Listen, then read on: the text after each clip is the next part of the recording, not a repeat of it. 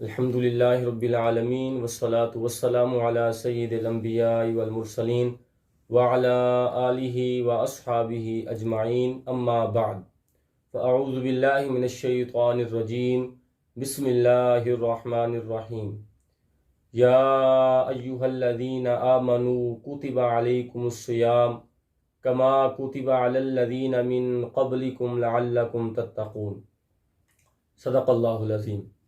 سامعین ناظرین، الحمدللہ ثم الحمدللہ، اللہ تبارک و تعالیٰ کے فضل و کرم سے آج رمضان المبارک کی 4 تاریخ ہے، جمعہ المبارک کا بابرکت دن ہے۔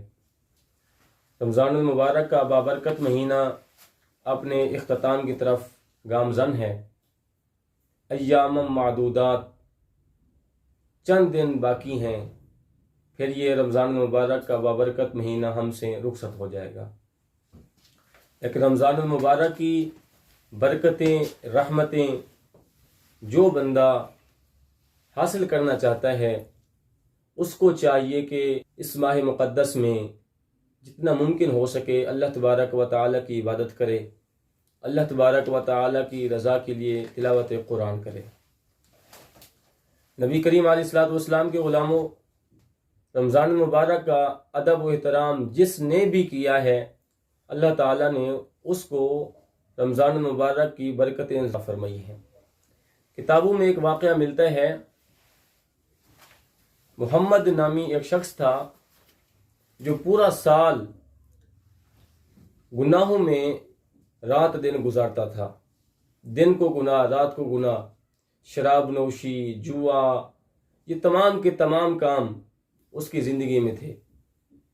جب رمضان المبارک کا بابرکت مہینہ آتا تو وہ بندہ ان تمام کاموں کو چھوڑ دیتا اور رمضان المبارک کی آمد پر خوش ہوتا اور دنیا کے تمام کام کاج چھوڑ کر اللہ تبارک و تعالیٰ کے گھر میں آ کر ڈیرا جما لیتا۔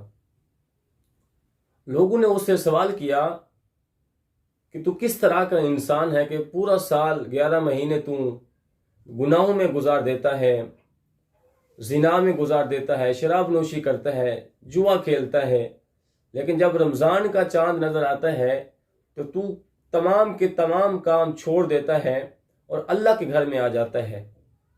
تو اس نے کہا کہ یہ بابرکت مہینہ ہے، مغفرت کا مہینہ ہے، بخشش کا مہینہ ہے، رحمت کا مہینہ ہے، اس لیے میں اللہ تبارک و تعالیٰ سے یہ امید کرتا ہوں کہ میرا رب رمضان المبارک کی برکت کی وجہ سے مجھے معافی کا سرٹیفکیٹ عطا فرمائے گا۔ وہ بندہ فوت ہو گیا۔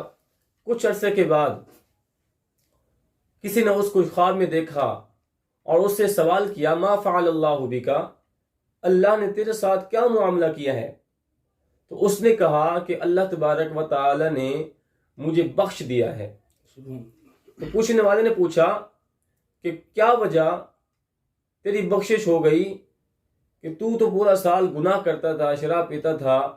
تو محمد نامی اس شخص نے جواب دیا کہ رمضان المبارک کا میں ادب کرتا تھا، رمضان المبارک کے احترام میں گناہوں کو چھوڑ دیتا تھا، اللہ تبارک و تعالی نے میری بخشش فرما دی ہے۔